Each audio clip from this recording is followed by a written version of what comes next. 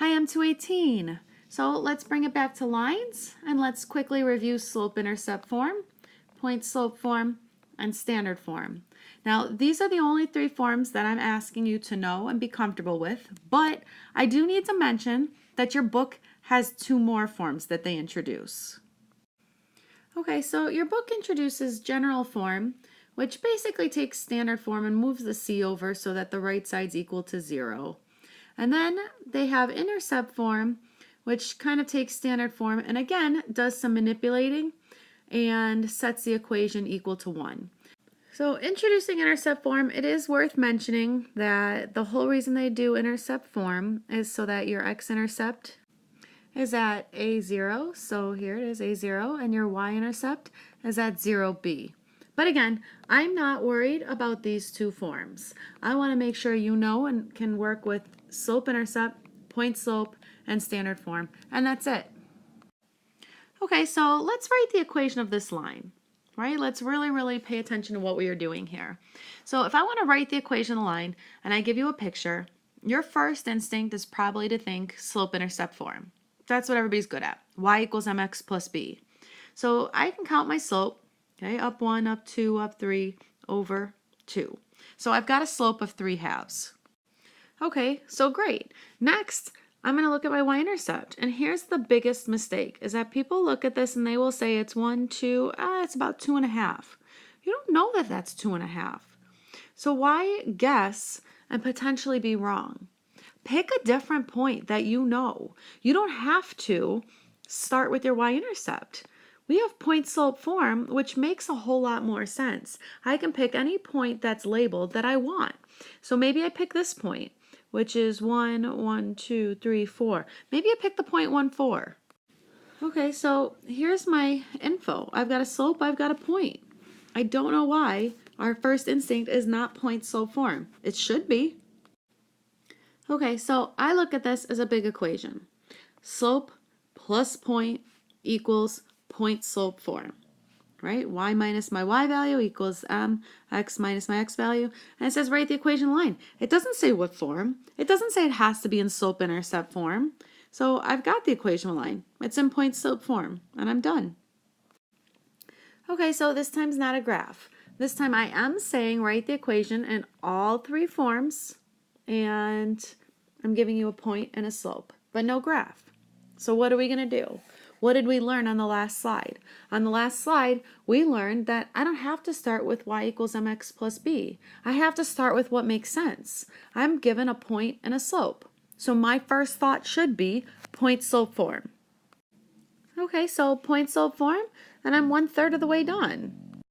So how do I get to my second equation, you might ask? Okay, I'm going to distribute the 2.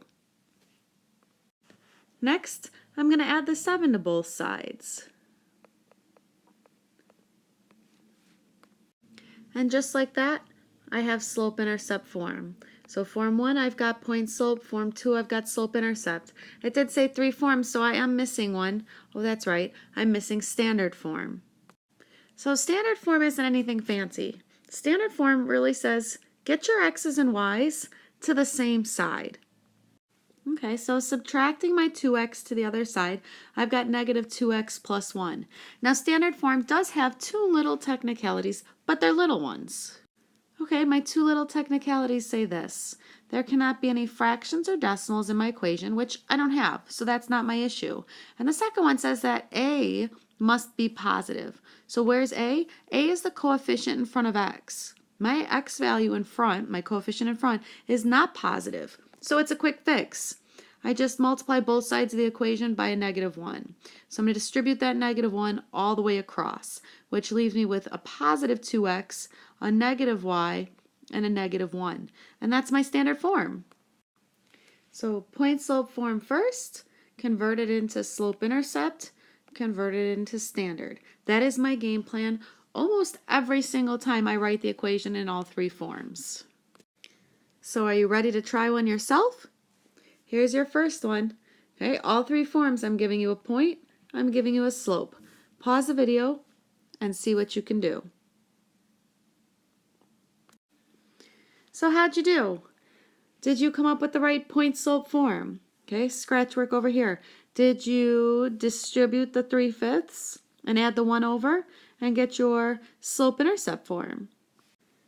Okay, did you bring your x's to the left side so that x and y are together on the same side, which on mine, I made them on the left side. And then did you remember that, hey, standard form can't have fractions, so I have to clear out these 5's. Okay, standard form can't have a negative in front of x, so I have to multiply by a -1 to eliminate that negative. So I did it in one step. I distributed a -5, and that's how I ended up then with 3x minus 5y equals 7. So how'd you do? So new example. What happens if I don't give you a point and a slope? Okay, we've got it down that if I start with a point and a slope, I start in point-slope form, but what happens when I give you 2 points? I need a slope. My equations, all of them, require a slope. So guess what? Step 1, I'm going to find the slope. Okay, so you might crank through your slope using the slope formula. I'm a big rise over run person. So I look here and I say from 5 to -4. I haven't actually risen. I've actually fallen, so it's kind of like a fall. I have fallen 9 units. From 1 to 3, okay, I've run 2 units. So my slope is -9 over 2. Okay, not ideal, but it's a slope. So now what do I need to do? I can pick either point that I want and use the slope and a point and start just like I did the last one. So for me personally, I'm picking 1, 5. Okay, why 1, 5? Because I feel that's an easier point to work with than to deal with that negative. Okay, so let's see how you did. Point slope form, slope intercept form, standard form. So quickly, let's take a look at this example. I've got 2 points. Okay, what is my plan? My plan is when I have 2 points, find the slope first. So let's go for it. Okay, so my rise was 0. 5 to 5, there's no rise. 1 to 3, there's that run of 2. If a 0 is on top of the fraction, I know that 0 divided by any number is equal to 0. So as soon as I have a slope of 0, I should be thinking, hey, there's something funny here. This bell's going off in my head that says, oh gosh, let's bring it back to the vertical and horizontal lines. So a slope of 0, I don't even care if it's vertical or horizontal at this point. Watch this. I see that both points have a y value of 5. If that's true, then I'm done. I've got it. My equation is y equals 5. Now, ideally, I do want you to know that, yes, that is in fact a horizontal line. But if all I'm asked to do is write the equation of it, I'm not asked to interpret it. If they have the same y value, y equals 5. If they have the same x value, then x equals whatever the number is. Okay, so quickly, I want to make sure we're clear. Y equals 5, that's the only equation I need. I don't have to have all 3 forms. I don't have to, have a specific form. On the test, on a quiz, anytime I ask you, if I say write the equation in any form, that's probably a pretty good hint that it's going to be a vertical or horizontal line. I need y equals 5, and that's it. So one last piece of advice. If I have that 2 lines are parallel, I need to know what to take from that. If 2 lines are perpendicular, what am I supposed to get from that? Okay, it is all about the slope. If 2 lines are parallel, then they have the same slope. Okay, parallel lines, same slope.